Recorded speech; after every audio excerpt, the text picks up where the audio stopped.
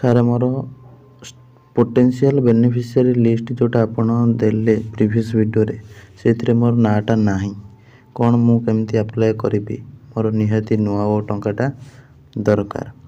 तो ये वीडियो रे आम डिटेल्स कथा हबा। तो निश्चित भाव में वीडियो को शेष पर्यंत देखंतु एवं जदि चैनल रे नुआ अछंती चैनल को सब्सक्राइब करंतु एवं वीडियो को बहु मात्रा रे शेयर करंतु। नमस्कार दोस्तों, इस वीडियो को लाइक करें, हमारे चैनल को सब्सक्राइब करें, इस घंटी के आइकन को दबाएं, ऑल सेलेक्ट करें हमारी सभी वीडियो सबसे पहले देखने के लिए। पिला माने आमे प्रीवियस वीडियो रे डिस्कशन करले केमती पोटेंशियल लिस्ट टा डाउनलोड करिवे। जे माने देखिना निश्चित भाव में डिस्क्रिप्शन ले वीडियो रही देखो। देखिला पर जदि तुम पोटेंशियल बेनिफिशियरी नेम अच्छी ताले फॉर्म बी एवं फॉर्म ए जोटा कि डिक्लेरेशन फॉर्मटा तुमको प्रिंट काढ़ी फिलअप करने को पड़ो और नहीं कि कॉलेज रे दबा को पड़ो। ठीक अच्छे जदि ना नहीं ताले तुमको इलिजिबिलिटी चेक करने को पड़ो तुम इलिजिबल कि नुह। जदि इलिजिबल थी ताले जाइए ऑनलाइन ले नुआ करके फॉर्म पकई पार जो स्टार्ट हम। ठीक अच्छे ये तुम रोचे बेनिफिशियरी पोटेंशियल लिस्ट।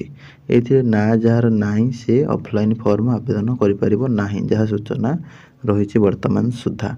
तो से अनुसार निजर कॉलेज को जाओ जाकि बेनिफिशियरी लिस्टा चेक कर जमी प्रोसेस कही से भाव में प्रोसेस फॉलो करके डाउनलोड करके नहीं आस आणला जापर तुम ना अच्छी कि ना। जदि ना रही टेलीग्राम तुमको आनेक्सर फॉर्म देती प्रिंट काढ़ प्रिंट काढ़ी वीडियो भी देती केमती फिलअप कर आनेक्सर ए आनेक्सर बी देख देखिए आराम से कंटिन्यू कर। ठीक अच्छे तुम टंकाटा मिल जो मैंने इलिजिबल थे। ठीक अच्छे फास्ट अप्लाई तो करा अप्लाई एलिजिबिलिटी गुड़ाक बर्तमान आसी जाऊँगी। तो अप्लाई सरले जहाँ हम। ठीक अच्छे अप्लाई एलिजिबल हेल्ले सीना टंका पाइबा दूर कथा। फास्ट अप्लाई कथा रोचे इम्पोर्टेंट। तो अप्लाई को जहाँ तुम प्रोसेस रही ऑलरेडी कहीदे ऑनलाइन बा ऑफलाइन। ऑनलाइन क्यों मैंने इलिजिबल ऑफलाइन क्यों मैंने इलिजिबल ऑलरेडी आम सब वीडियो डिस्कसन कर डिस्क्रिप्शन सब लिंक रही आराम से देखिपारे और निजर डाउट क्लियर करें। ठीक अच्छे वीडियो को बहु मात्रा शेयर करंतु लाइक करंतु। जय जगन्नाथ।